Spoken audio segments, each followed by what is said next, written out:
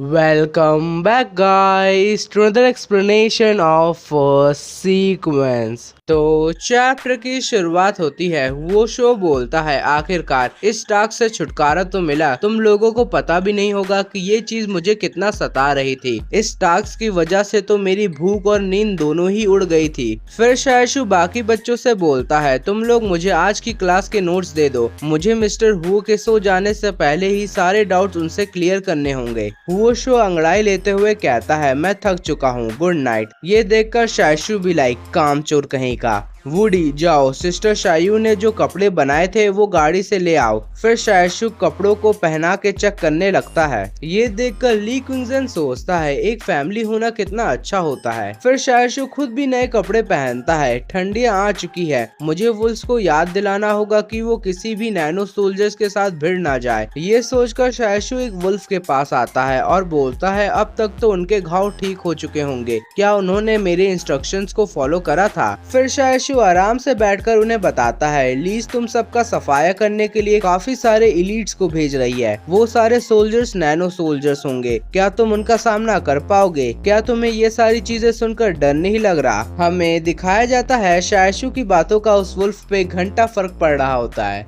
ये देखकर शायशु बोलता है ठीक है, तुम लोग उन्हें मारने के बाद खाना मत। उनके अंदर नैनो मशीन्स होती है जिससे तुम्हारा पेट खराब हो जाएगा, तो मैं तुमसे उन नैनो सोल्जर्स की बॉडी के बदले ब्लैक मेडिसिन दूंगा। ये सुनकर वो वुल्फ भी शायशु की डील को मान जाता है, लेकिन तुम्हें अपना अड्डा यहाँ से दूर ले जाना होगा क्योंकि ये छोटे वुल्फ तुम्हारी तरह तेज तो नहीं होंगे और फिर वो गोलियों का निशाना बन जाएंगे। ये बताकर शायशु सोचता है क्या मैं इन वुल्फ्स की मदद से नैनो मशीन को तेजी से कलेक्ट कर पाऊंगा? तभी एक साइड मिशन ट्रिगर्ड होता है। अगर वुल्फ्स को आने वाले 7 दिनों में कुछ भी नहीं होता है तो वेंडिंग मशीन का एक नया आइटम सीड अनलॉक होगा। क्या सीड्स? ये कैसा आइटम होगा? नाम से क्या फर्क पड़ता है, चाहे वो ब्लैक ब्लेड हो या पोकर कार्ड्स, ये दोनों ही काफी यूनिक थे। तो अगला आइटम सीड भी कमाल का होगा। मुझे बस उन वुल्फ्स को प्रोटेक्ट करना होगा, लेकिन ये इतना भी आसान टास्क नहीं होने वाला। फिर सीन शिफ्ट होता है अगली सुबह। काफी सारी जीप आर्मी कैंप के सामने आ जाती है।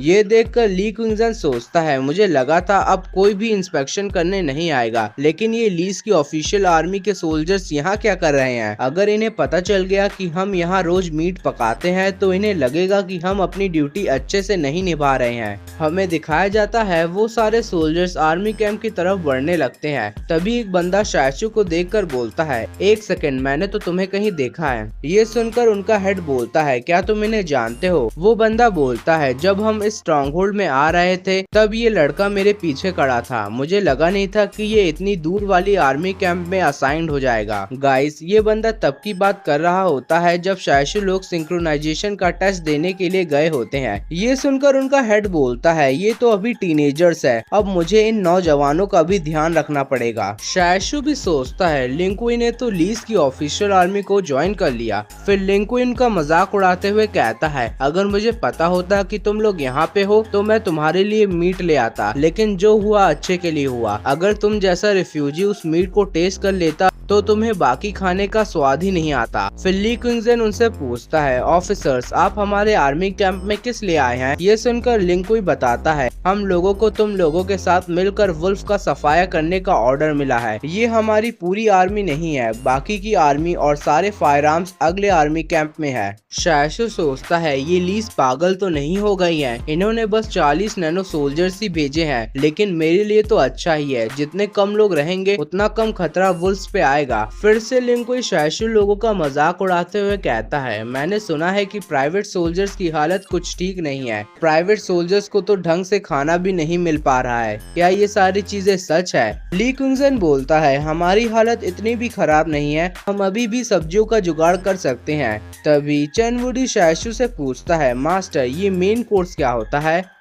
Main food? ओह, तो इस हिसाब से तो हमारा मेन फूड तो मीट होना चाहिए ना। ये सारी बातें उनका हेड भी सुन लेता है और बोलता है क्या तुम्हारे पास मीट है? ये सुनकर शायशु बोलता है हा हा हा, ये तो मजाक कर रहा है, इस जगह पे मीट कैसे हो सकता है? लेकिन उस हेड को शक हो चुका होता है तुम्हारे आर्मी कैंप में कुछ तो गड़बड़ है, सोल्जर्स सर्च करो। शायशु काफी सीरियस आवाज में कहता है ओह तो तुम्हें इसके बारे में पता चल गया। ये कहकर शैशु हुओशो के कमरे का दरवाजा खोलते हुए सोचता है, अगर हुओशो एक प्राइवेट स्क्वाड को अपने साथ यहाँ ला सकता है तो इसका मतलब उसकी लीज में काफी हाई रैंक होगी। अब जब वो बूढ़ा आदमी न्यू ईयर यहीं सेलिब्रेट करने वाला है तो उसे हमारी थोड़ी मदद तो करनी ही होगी। हुओशो भी शैशु को यहाँ देखकर सब समझ जाता है और वो सोचता है ये रेन शैशु तो मेरा इस्तेमाल कर रहा है। तभी वो हेड उसे पहचान लेता है। आप यहाँ क्या कर रहे हैं? ओह, मैं यहाँ कुछ चीजों की इन्वेस्टिगेशन करने आया हूँ और इस आर्मी कैंप के लोग इस इन्वेस्टिगेशन में मेरी मदद करते हैं।